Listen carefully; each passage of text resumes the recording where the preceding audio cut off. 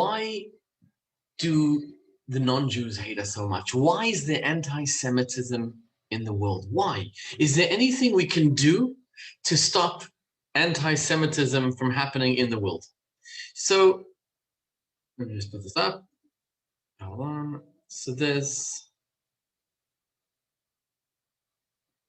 So I mean, if you look at New York just this week, there were two ex-Golani soldiers who were walking in the streets of Manhattan where they now live. And we all saw the video of them going and being attacked by a pro-Palestinian mob of about 40 people. Thank God these guys were Golani soldiers, which would not take it lightly, and they fought back. Irony is that one of them got arrested by the police. He was released later, but that's crazy. These are scenes from New York, from Manhattan, the greatest city in the universe, right? And then this week we saw also Jews in a restaurant in Los Angeles being attacked, being beaten up. Chabad Rabbi in London was being beaten up. These are stories that happened in the 1930s. We wouldn't think they happened in 2021. The great philosopher Harvey Swados once came to the Lubavitcher Rebbe in the 1950s. This is right after the Holocaust, right after, 6 million Jews, a third of our nation were wiped out. And in a private audience with the Rebbe, he asked the Rebbe, can the Holocaust happen in America? And the Rebbe said, without batting an eyelid, the Rebbe said two words in Yiddish, morgen in der Früh, tomorrow morning. It could happen so rapidly tomorrow morning. But then the Rebbe said, God would never let it happen twice. God would not let it happen, even though technically things could progress so fast that it could happen tomorrow morning. See, here's the truth of the matter, and I'm going to explain the cause, the source of anti-Semitism and what we can do about it. Every time the IDF proclaims to be the most moral army in the world, they hate us even more. Every time the IDF kills terrorists but saves innocent lives, innocent children hiding behind those Hamas shelters, they hate us more. It aggravates them, it annoys them even more. When the IDF gives warning to a building, to the residents of the building, we are not going to destroy this building, and there's hundreds of people inside it, and they have 20-minute warning to leave, and when the IDF destroys the building, no civilian dies, it infuriates. When we read stories of the morality of the IDF, the most moral army in the world, it makes them hate us even more.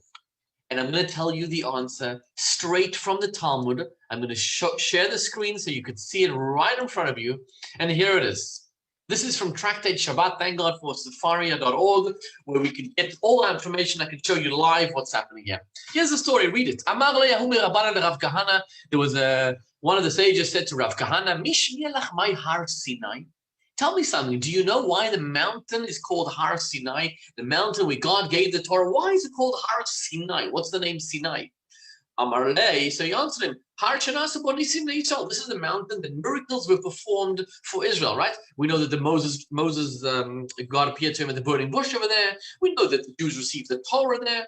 Miracles, amazing.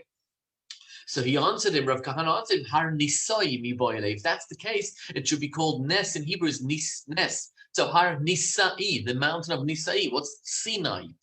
Ella. So he told him, Har Shanas Siman Tov Israel. This is a sign. This is a mountain that there was a great omen, a great thing happened to the Jewish people. Siman Tov, good muzzle. So he said to him, if so, it should be called Har Simanai Mi Boile. So my time Lashlichus Kamed Rav Papa Rav Huna. Why don't you go in front of Rav Papa and Rav Huna Bered Rav Rishonim? They can explain to you the Chista Rabba Bered Rav Huna Tamid Maya Rabbi Chista and Rabba the son of Rav Huna said both of them like this. I Har Sinai. Here's the answer for anti-Semitism right here. Tractate Shabbat 89a. Why is it called the mountain of Sinai? Answers the Talmud. Har Sheyarda Sina Leumot Ha'olam Alav. This is the mountain that the nations of the world started hating us. You see, when God gave the Jewish people the Torah, the nations of the world started hating us. Why? Why would us receiving the Torah? There were 2, 3, 4 million Jews who received the Torah 3,333 years ago, exactly to the day. That caused anti-Semitism. that caused the nations of the world to hate us. Why? So let's look. I'm going to show you this source over here. Hold on. Let me just, in the age of Zoom, I could show you anything. So look at this. This is based on the words of the Rebbe. The Rebbe says like this. When somebody meets, you can read it to yourself, but I'm going to read this. When somebody meets somebody else who is acting in a better way, it could be two kinds of reactions how to approach this. So a good man, a humble person, will want to learn from you. Wow, you are acting so kindly. You are such a good guy. I want to learn from you. That's amazing. Those people are called Chasidei Umot HaOlam, the righteous Gentiles. But there are people that when you act kindly and nicely and beautifully in front of them, it awakens jealousy, animosity inside the person, because it awakens a hole inside of him or her, because I can't act so justly. I'm not so moral. I'm not so good. So some people aspire to be moral and good and better, but other people, it awakens a hole inside of them. You see, Am Yisrael, in the matter of the Torah, they became holier people. They became a light unto nations. They became people who now have a moral reality in the world, to be good, to be just, to be kind. So that's why some people are inspired by that. But other people, it infuriates them. So a Jew introduced consciousness into the world. So every time a Hamas rocket is fired and the IDF blows up a building, but doesn't kill innocent civilians, they think, oh my God, why would you do that? I would just blast everybody. I would kill everybody. So this annoys the anti-Semites. Every time the IDF is careful not to kill a child hiding behind a Hamas terrorist, right? Because the Hamas terrorist uses the children, it infuriates them, because in their mind, what do you mean just destroy? Imagine if a missile would land in Washington, Washington would obliterate the country that sent that missile. It doesn't matter if there's man, woman, children, doesn't matter. The IDF doesn't do that, and this infuriates them, because the more moral we are, the more good we are, it awakens a hole inside of them. So the AOCs of the world, and the John Olivers and the Trevor Noahs, who know nothing but just scream about the Jews attacking, they don't know why it's bothering them. They just know there's a gaping hole inside. Right? Why are the Jews being singled out right now as we speak? In May 2021, there's probably 30 active wars anywhere in the world, right? The USA is involved still in an active war in Afghanistan. I think there's been, just in 2021, since January, there's been about 10,000 deaths. Not a peep, not a scream from John Oliver. Right? There's a civil war in Yemen since 2011. Just this year, in the last few months, 7,000 people have been killed. There's a civil war in Syria. Since 2021, 2,000 people have been killed. Why are the Jews being singled out? Because of the gaping hole we created in civilization. By the way, no less than the greatest anti-Semite in history, Adolf Hitler, wrote in Mein Kampf. He said, as for consciousness, that was a Jewish invention. Consciousness damages the soul. That's what he wrote. What's the answer to anti-Semitism? So we now understand what caused it. Har Sinai caused it. What's the answer to anti-Semitism? So nothing we do will ever placate the Jews, right? The anti-Semites. The first anti-Semite in history is a guy called Lavan. Lavan was family with Jacob. Lavan was his father-in-law. Jacob lived with him for 20 years. How can you get closer to an anti-Semite?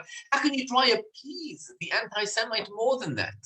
And yet Lavan hated Yaakov blindly. In fact, the Torah says, halacha, Esav sonel Yaakov. What does it mean, halacha? It's a law. It's a law means that's it. There's nothing you can do about it. You could try hide your Judaism, it will infuriate them even more.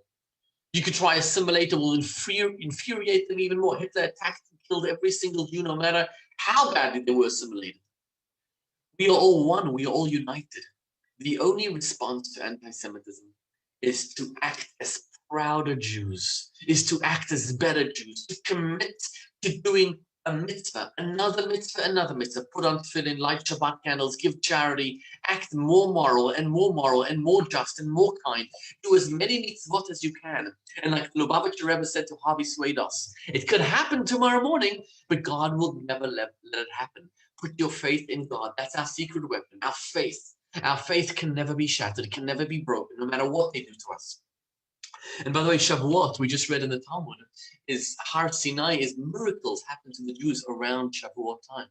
We know that big miracles recently, 6-day war happened around Shavuot time. We know that Israel bombed the Iraq nuclear reactor on the eve of Shavuot 1981, which was tremendous miracles that happened, that the Jews were able to bomb, even though the entire world condemned Israel, then including the USA. 10 years later, the USA thanked Israel for taking out the nuclear reactor of Iraq. So it's Shavuot time.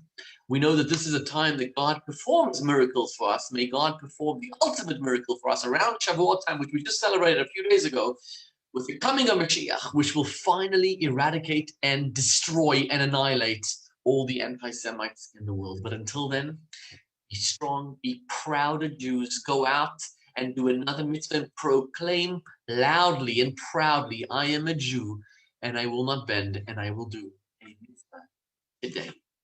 Have a wonderful week.